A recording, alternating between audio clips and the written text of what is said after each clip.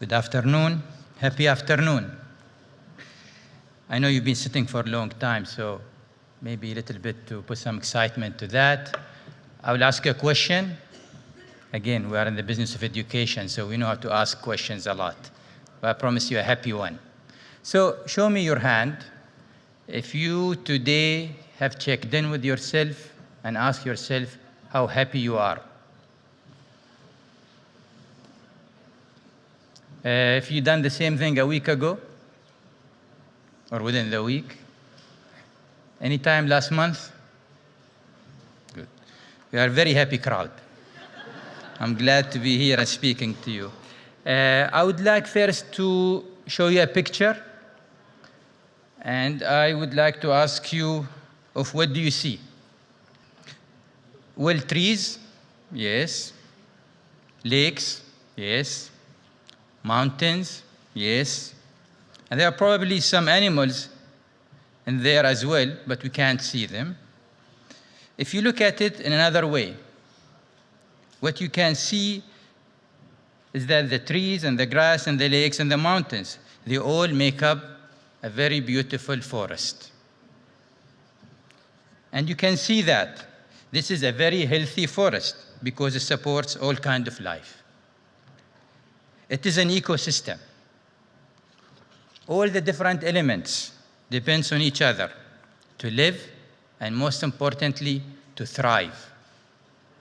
This is how we look at education. Education is not just the trees or the grass or the lakes or the mountains. It's actually the whole of the forest. It is an ecosystem, and like a healthy forest, a good education should also support a very good life. So then the question becomes, what support a good life? I think we all know that the answer to that is, as we've been hearing, is in the well-being. Today and for the next couple of days, the world leading thinkers and practitioners are here, and they will be talking a lot about it, and they had. So you don't want me to talk more about that one, but to focus more about the importance of the well-being to a government organization. At KHDA, we have made a commitment to making well-being an essential part of our conversations with schools, with teachers, with parents, and most importantly, our conversations with our dear students. We have made a commitment of making well-being the basis and the inspiration for our strategies, policies, and processes. Last year, only a few months ago, we have started the first ever Dubai Student Wellbeing Census. And we are going to show you the results in a video very shortly. But as you heard the expression that says the first step is often the hardest, well, we have taken the first steps and actually it was the easiest. And to show you how, I think my team have put in a measurement tapes in your chairs. I don't know if you find it, something like this. Please take it with you. You will find it a very useful tool, but you will find it very easy to use. The measurement part is always the easy. The next part coming up now, using what we have learned to change our behaviors and our practices, is going to be a little bit harder. The first result of the census has been giving us great news. So 84% of the children at schools in Dubai say that they are happy most of the time or nearly all the time. This is actually aligned with our data from PISA and our data with inspection. That 85% of the students are happy. But not all the results are happy. Data has shown us that students in more senior grades feel less happy than younger students. Most students feel safe at schools, but some not. What we have now is a baseline that tells us where we are, so we can compare students' well-being today with the student well-being next year. What we found out most interestingly about those early results are the commonalities between the students who reported the highest level of happiness. Some of these results are not surprising. The happiest students were those who ate well, as simple as that. The happiest students, those who slept pretty good.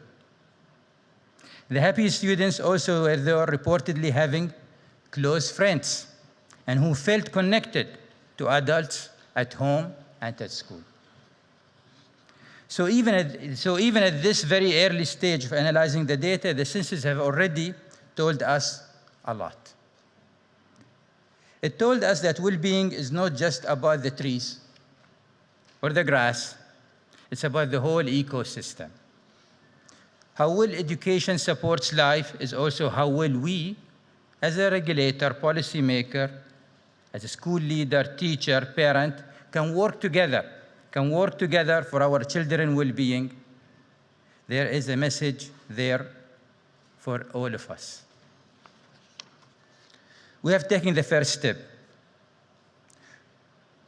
We know that it is easy to fail alone. It is easy to fail alone, but it's very difficult to succeed alone. We as a KHDA, we do not have all the answers. But we, as a community, as an ecosystem, we do. Now it's time for action. In the coming weeks and months and years, we are planning to work closely with our community and to encourage everyone in our community to work closely with each other. We are very interested to see what schools in Dubai do with the data they have. And we look forward to sharing all the good practices that comes out of it. But now it's also time to talk. In this first year, the most important thing that the census will achieve is to help us all have conversations about the important students' well-being in our system. Conversation with and between teachers. Conversation with and between principals.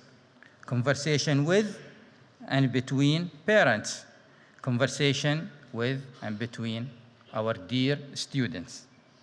So that the ecosystem of education become one which prepare children for the test of life, not the life of tests. I hope you enjoy the video, and I thank you very much.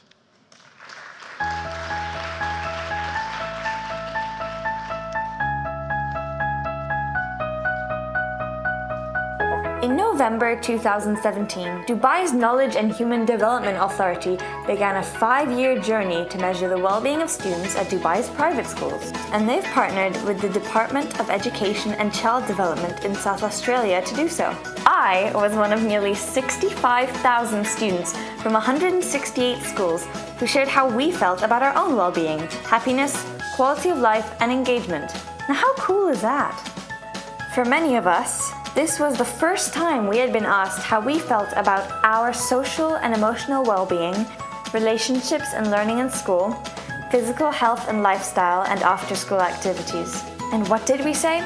We know that most of us are happy and have an optimistic outlook about life. Family and friends play an important role in our happiness, and over 70% of us feel strongly connected with at least one adult at home. In fact, those of us who feel more connected with adults at home are more likely to be happier. While we feel strongly connected to adults at home, we feel less well connected to adults at school, even more so for older students. We're not all the same though. Younger students are happier than older ones. And boys are generally more optimistic and feel a stronger sense of belonging at school, while girls feel safer at school. We also feel that we're doing well at school. 9 out of 10 of us feel confident about our schoolwork and are actually interested in what we're learning. But what's really behind our happiness?